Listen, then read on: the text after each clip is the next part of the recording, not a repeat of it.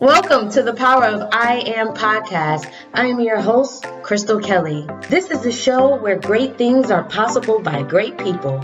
Join me as I discuss interesting topics with people from everywhere. We will focus on creating a life of victory by declaring with conviction the positive power of I am.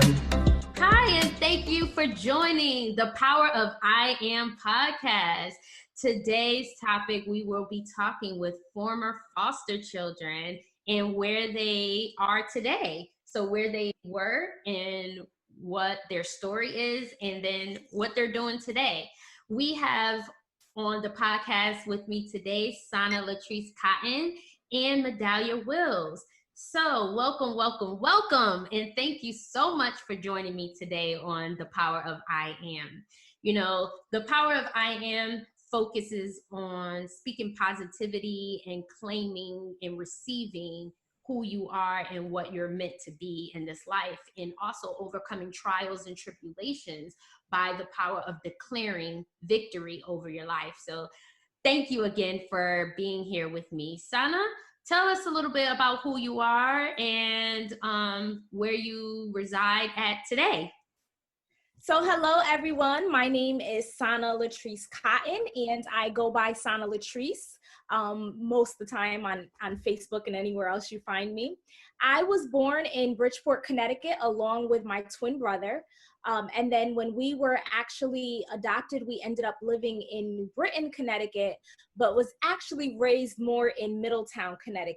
So Middletown, Connecticut is where I currently reside with my husband of 13 years and our two children.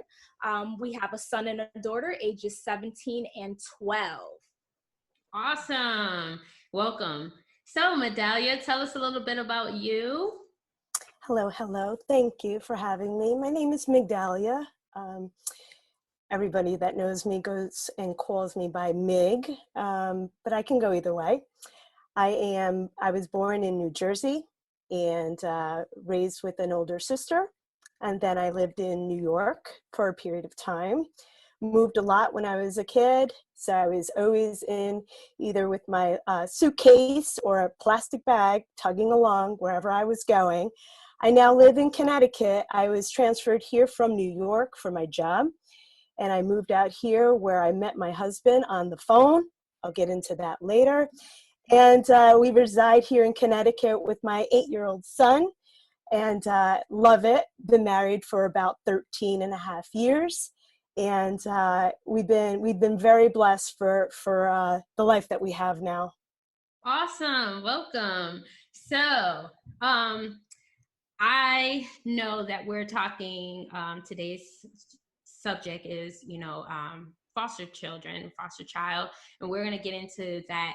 Tell us a little bit, Sana, about that background of yours, being a foster child, being adopted, and how that beginning lifestyle as a young girl was for you. So I was actually placed into I was placed into foster care at the age of 4 years old. My birth mother was addicted to drugs, extremely bad. She was in and out of prison for her entire life. And we were placed into foster care. DCF literally busted into the house. They raided the house that we were living at, which was a crack house, and they took us. When they took us, we were so badly beaten that we were unrecognizable. Wow. We had endured a lot of sexual trauma. And so at the age of 4, I had contracted an STD. And so we were placed into a hospital while we were able to try to get better. And so we were in this hospital probably for a few months before we were finally placed into a foster home. The home that we were placed into in Bridgeport, Connecticut was actually the home of a pastor and a first lady that were just starting out on their ministry journey. And so they were having church still in their home. And they had a lot of foster kids. Foster care was not new to them. They had a lot of foster kids and even adopted quite a few of them. And so our time in foster care, it wasn't the most horrible time, but it was a very hard time. While in foster care, I was sexually molested again while being taken care of by a respite family, while my foster family was on vacation. And so if you don't know what a respite family is, a respite family is actually a family that is also certified through Department of Children and Families to be able to provide some respite, some breaks for the actual foster family. So if there's a vacation or if they just need that mental health time, you would then go to a respite family that would take care of you temporarily. And so during school vacations and stuff like that, we would go to this particular respite family. Let me stop you for a moment right there, because you just gave us so much information, but I want to make sure that my audience understands. First, let me begin with this. I do not believe in consequences, and I believe that your steps are divinely ordered. You went through so much at such a young age, but to be put in a position where you were able to be rescued out of one horrible situation and put into another, just to give everybody like a kind of a timeline, you were placed into foster care and then placed into the care of a pastor and a first lady who are people of God that helped rescue you and your twin brother. Right. And then the people that are supposed to relieve their struggles and their efforts as far as taking on so many kids put you back into another unsafe position. So take us from that point and how you were delivered out of that situation. So in that situation, you know, I was young at the time. I was only about 5 years old, and I was scared.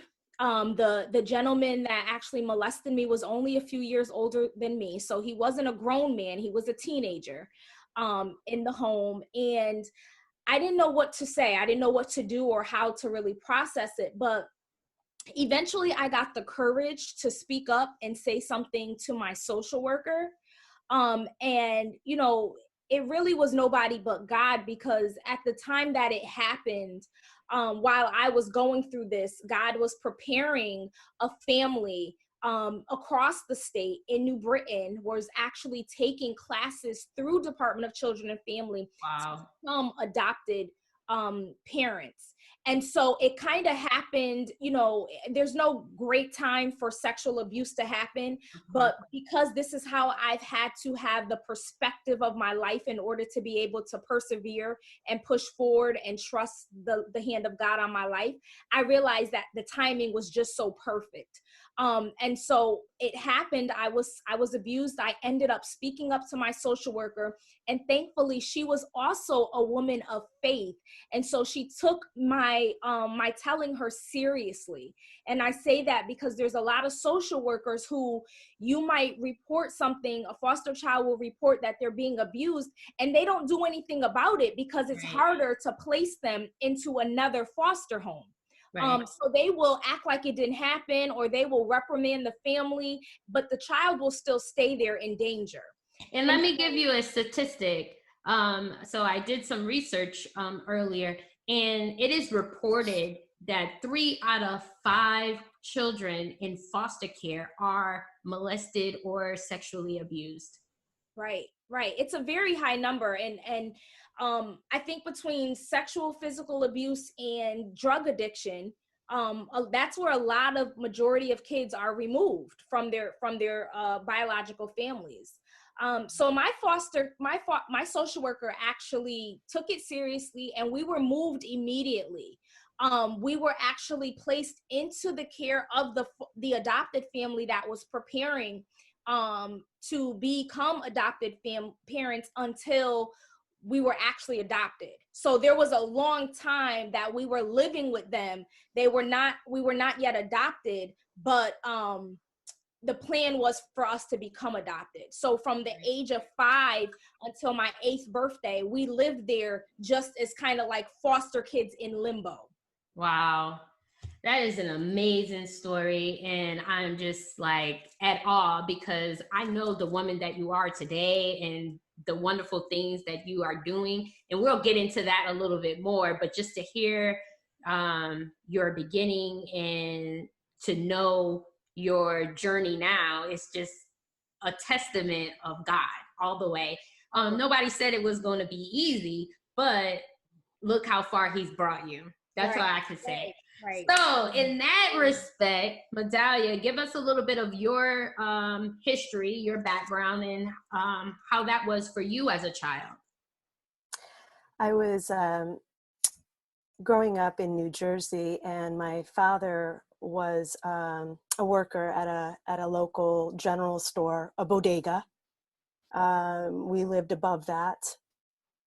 There was a lot of abuse at that time. My mother was a stay-at-home, but she was hearing a lot of voices, not understanding what she was hearing.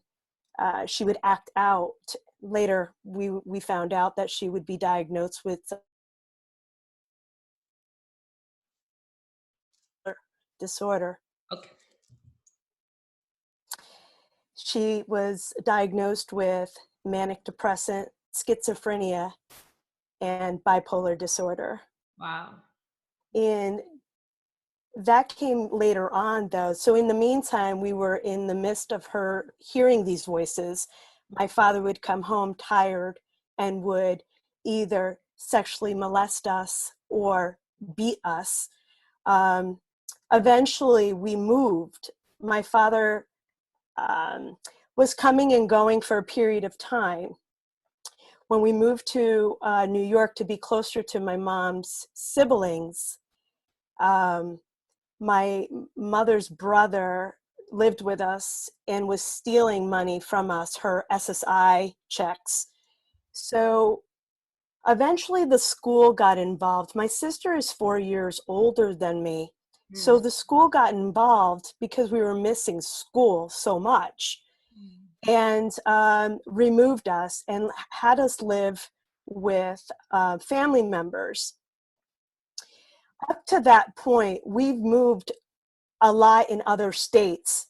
It wasn't until we were in New York that I remember most of my story. Wow. I blocked a lot of it out. When we lived with my aunt and uncle, the abuse continued. The sexual abuse and the verbal and physical abuse continued.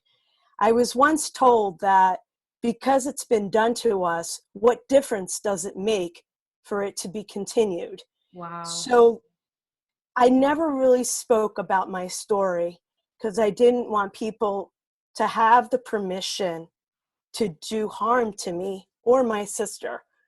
So we pretended a lot and made up a lot of different stories to blend in. After it was discovered that we were being abused at my aunt and uncle's house, we proceeded to go into foster care, and the first foster home was an Hispanic foster home. Those are hard to come by. Most of the foster homes were white, and that made a difference in how we were treated. We were treated as second-class citizens in these foster homes. Some of these foster homes would give us just leftover food that was off of their own plates. Wow. We were repeatedly abused, and not just by the parents, but also the children that lived there. So it was just children doing things to other children in these homes. By the time I was 8 years old, I was already surrendered by my parents, who surrendered their rights to us, and then to allow us to be adopted. And in this one home, we were planning on being adopted. This was a couple from the 1920s.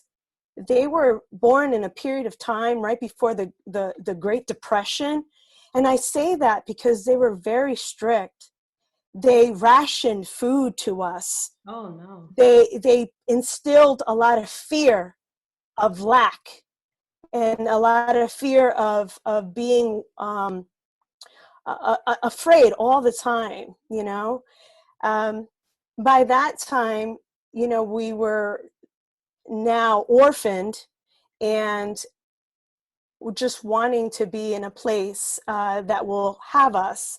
So this couple agreed to adopt us, and they did, and they changed my name, and they changed my name to more of a socially accepted name, because I was told that Migdalia would not get me a job, and the way I presented myself would be much more challenging in life. So I went ahead and allowed them to give me a new name. And right after we were adopted, the abuse began again. What was Because the name that they gave you? the name they gave me, they changed Migdalia to Mindy, Oh, wow. because that was more of a white name. So And not only took your name, but also a piece of your culture away from you. yes, up to that point, they by that time, I've been in a number of foster homes that the strippage of my identity happened each and every time, because we didn't stay long in homes. We were transients. We were constantly moving, and I was constantly training myself to adapt, to know the rules, to understand the pecking order, to understand the hierarchy that occurs in a home, to understand who's the alpha in the pack, so that I can survive and get through that. I didn't know where the next day will lead me, but I know that each and every day, if someone was planning on hurting or would do harm on me, I build a shield to protect myself from avoiding them seeing the pain, because I felt like people fed off of that pain. Yes. And would want to just keep at it. So I would just get stronger and stronger. I face death a number of times to not be afraid of it. And each and every time I would just kind of release and surrender, as to just kind of wondering what will come of it. Like, I don't know what will come of it, but I'm just going to let go. And when the abuse would happen, I would just put a veil over my eyes. I'll put my hands over my ears. I will put tape over my mouth to avoid seeing, hearing, or even speaking of the pain that was within me. Wow, this is like a lot. I'm so emotional just hearing both of your stories, and just to think of what mindset someone has to be in to take away a child's childhood. Just to strip them not only of their identity, but their virginity, but also to strip them of their youth. I mean, the fun and imagination and just carefreeness that a child 4, 5, 6 has in a safe home. They think of unicorns and rainbows and running outside and playing basketball. And you both had to, instead of having that experience, you both had to grow up really quickly. You both had to learn survival skills really quickly. You both had to learn to adapt and assimilate yourself constantly into new environments and around new people. And it's just disheartening that there are people out there who put themselves in a position to say, hey, my doors are open, my arms are open to have these kids come into my home, knowingly that their homes are just an unsafe place to be. One of the things, couple of things, takeaways I took from both of your stories that I want to kind of touch on. So fast forward into your teenage lives and your adult lives. From a childhood, you both had an environment where it caused you to be less trusting of people, to build a wall in order to protect yourselves. Tell me, how did you start to trust again? How did you start? And I say that because even with me, I think people take that word lightly, like faith and trust. We use it like it's just something that's just automatic, and it isn't. And I had to learn that even for myself, because I realized, and I had to be honest with myself, that even my relationship with God at one point, I didn't trust him completely. Even though, I'm faith-based, I go to church all the time, and I say, everybody always says, I trust in God. I trust him to lead me in the right direction. I trust him to do, but then we question, and then we doubt. We say, well, I trust in God, but no, and in order for you to build any healthy relationship with anyone, with yourself, with God, with your spouses, with your children, there has to be pure trust. So at an early age, it was implanted in both of you not to trust or to have a hard time trusting. So Sana, just give me a little bit about, how did you start to trust again? If I'm totally honest, I did not start to really trust again probably until about 5 years ago. And even in that time, that was after having been married for a pretty long time, where I still was even in a marriage not trusting my husband. I think that, for me, my trust issues first began with females.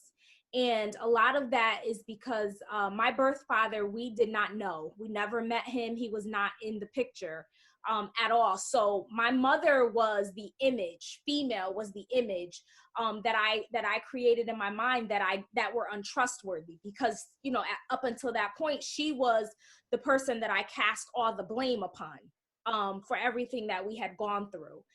It was always her. And so for me, it was females that I first did not trust. When I came into my adopted family, my adopted father and I, we clicked immediately. And it was probably simply because I had not yet had a male figure that was consistent and showed me really how to love and really loved me. My adopted mother did the same, but because I had already had this image of who you don't trust, right, I didn't give her a fair chance to really love her and to be loved by her. I questioned everything that she did. If she took me to get my hair done, it was why are you taking me to get my hair done? Wow. But she was also the disciplinary in the home. So if we, didn't do our chores or our grades were slipping, we got a spanking from her. We Wow. got grounded from her. My adopted father he worked third shift overnight. So, while we were at school, he was home. By the time we got home, he was leaving for work. So he really didn't have, he wasn't there for a lot of the disciplinary things. Right. So in my eyes, he became like God. Yeah. He was everything to me, because I can't ever tell you a time that he beat me or that he punished me. Every time I was around him, he was affirming me, telling me that I would be a boss one day, that I would be an independent woman. And so for a long time, I did not trust women. Then I ended up, growing up, and you get into relationships now, and you start to learn about men, and it was men that would hurt me in these different relationships. And that's when I stopped trusting men. Got it. Because they did not compare or live up to the standard that my adopted father had created. So right. Now I'm not trusting women, and I'm not trusting men either. And so even when I got married to my husband, it was a very long time before I learned to trust him. Wow. And to be honest, the only thing that really worked is that he really had to prove himself. and prove himself repeatedly and consistently, that he wasn't going anywhere, that he wasn't going to, when I made him angry, he wasn't going to try to hit me, or, those things. That's how I began to build the trust. But a large part of it was really going before God and telling him that I was tired of feeling like I was alone, even though I was surrounded by people. Awesome. Wow. That's powerful. Like, that is really powerful. And the fact that your adopted father was able to provide this safety net for you, to have a standard of trust and comfort, it speaks volumes. It's why, I think a lot of times, the presence of, both a mother and a father, but the presence of a father in a young girl's life is so important, because you do imprint that image of how a man is supposed to treat you, how you are supposed to treat a man. You get that first impression from your father, so, or an important male figure in your life. So Migdalia, you tell me, same question. How did you, or when did you start to let down your guard a little bit and start to trust again, and how? It's a work in progress, honestly. I have good days and bad. At the end of the day, though, the trust has to come from within me, because in my teenage years and getting into relationships, the manipulations and the ugliness to have people prove themselves to me, to show up, and to allow us to be in each other's lives in whatever capacity.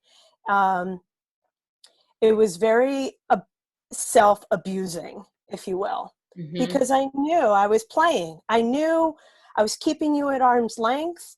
I knew that I had this disease to please, so I would do things that were just not my spoken truth. And it's an evolution. It's a progression. Right. And it feels differently when I was younger than I do today. My truth and my trust is stronger than it was. So in reflecting back, it was very meek. It was, like I said, very manipulative, Mm-hmm. because I was putting people through the ringer, because you need to prove to me Right. that we're worthy of this situation here. And they could show up and be their best selves, and I would abuse that.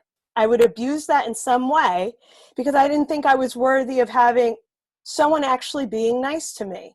Wow. I always felt there was a hook on that, so I'm going to catch that first before you shoot it over to me, kind of thing.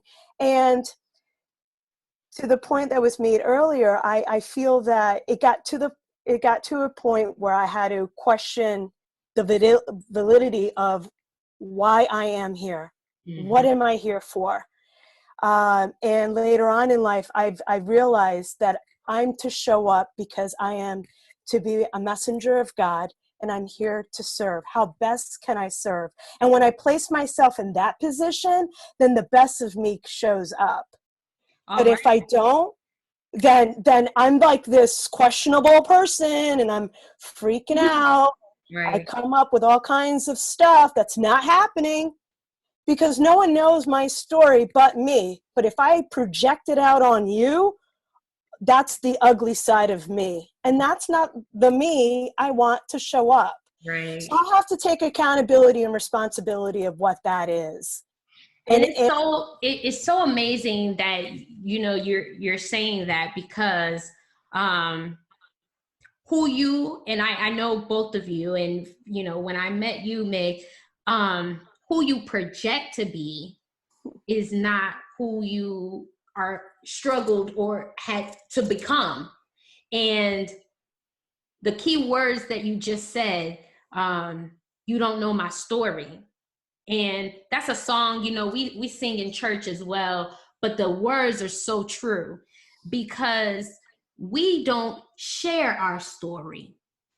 we as a community, and when I say we, it's and I say, we as people a lot. And I'm not gonna, classify it as, just Black people or Hispanic or white. We as people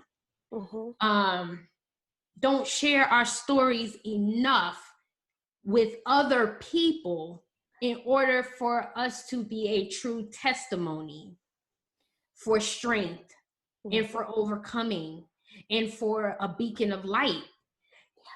And that is why we walk through the fires that we walk through, so that we can show someone there is a through, and as long as we keep that inside, it does begin to cook and boil over and spill out into be other things that's unexplainable or that's not recognizable, and that pushes people away or that may hurt other people because we are still holding on to bondage instead of allowing ourselves to break free. And that's where we have to speak life over ourselves, and we have to speak things into existence.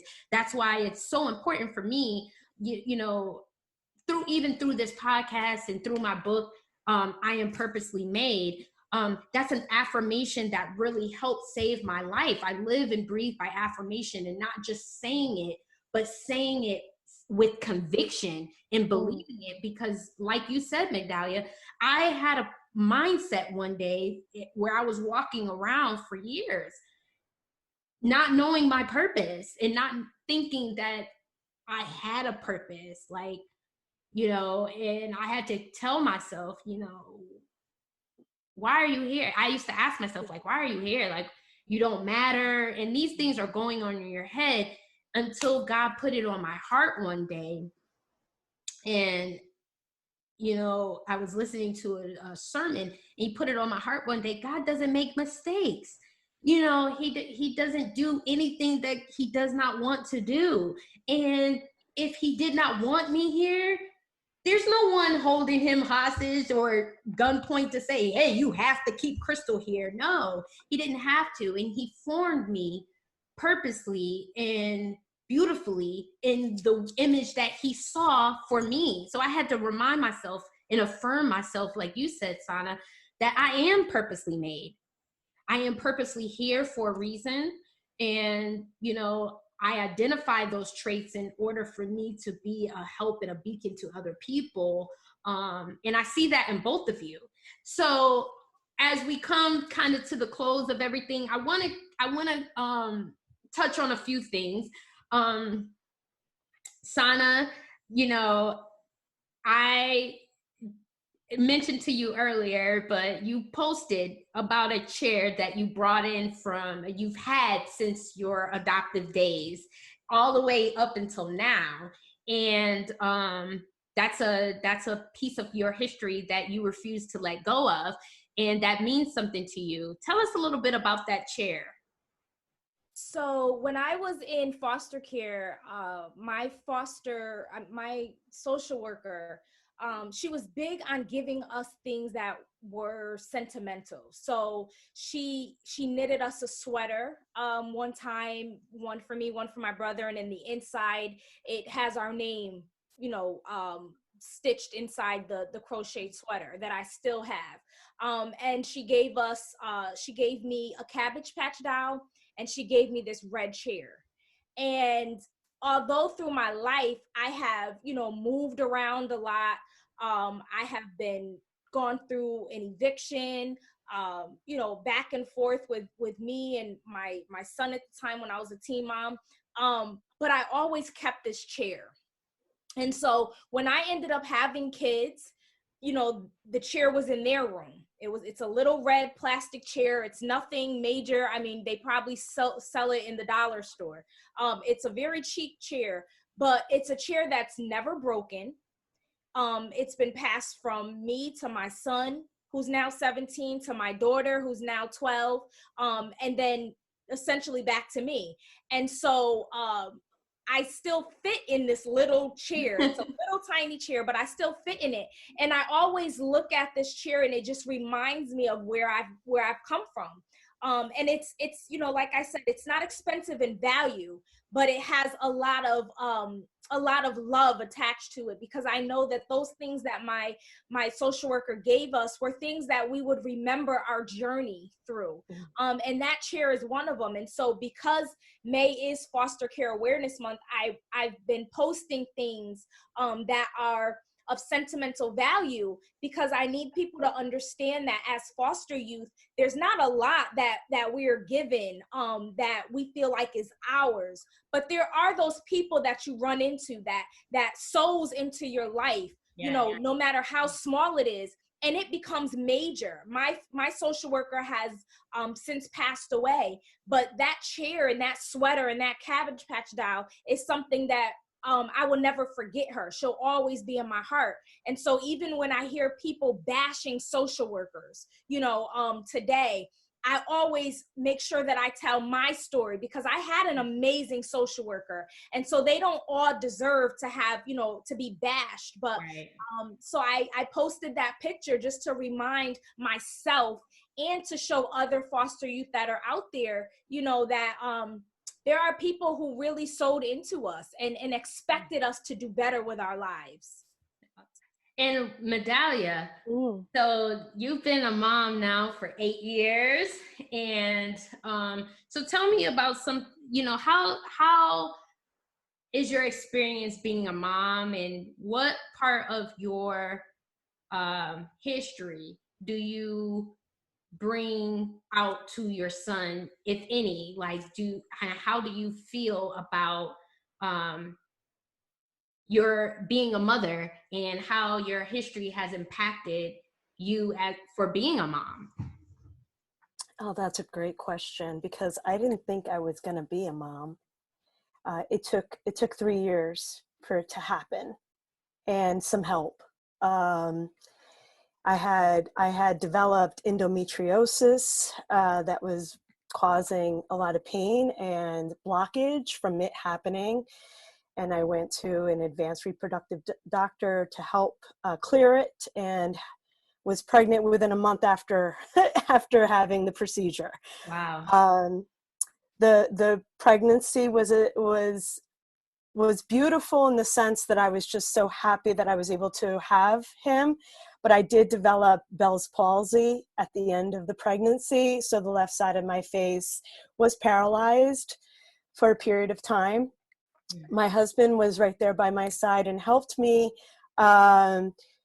obviously fix it. So I have no remnants of the paralyzed side. Awesome. And then when I had Elijah, it was all natural. I didn't want any drugs. I wanted to be in the moment, breathe the moment, and live the moment. And that's basically how I've been with raising Elijah, being in the moment, of the moment, and living the moment. I can't get too far ahead when I am with him. I feel like I'm taking something away.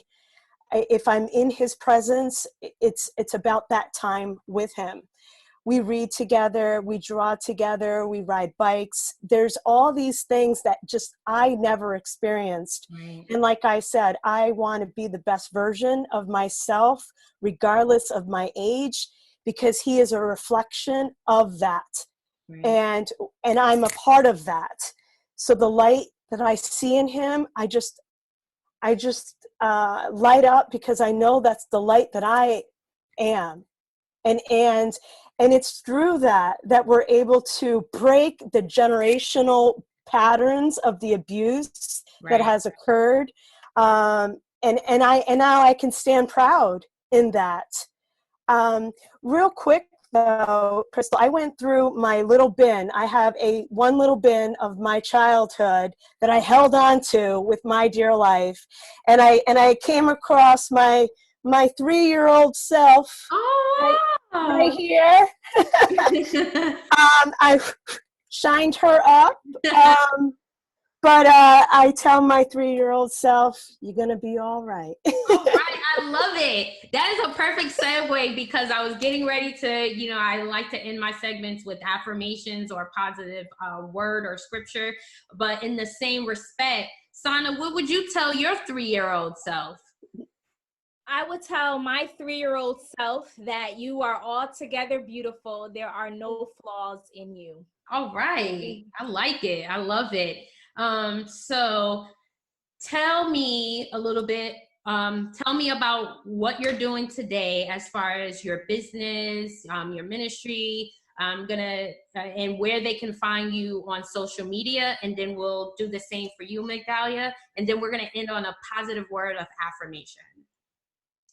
So today I am a motivational speaker in addition to being a mom and a wife. I'm able to travel all over and share my story of the hand of God and how he has delivered me through so many trials. But in this part of my life, in this season of my life, he's allowing me to see that I was the harvest, that my mom was a seed, and that, she lived her purpose for what she was purposed to do in my life.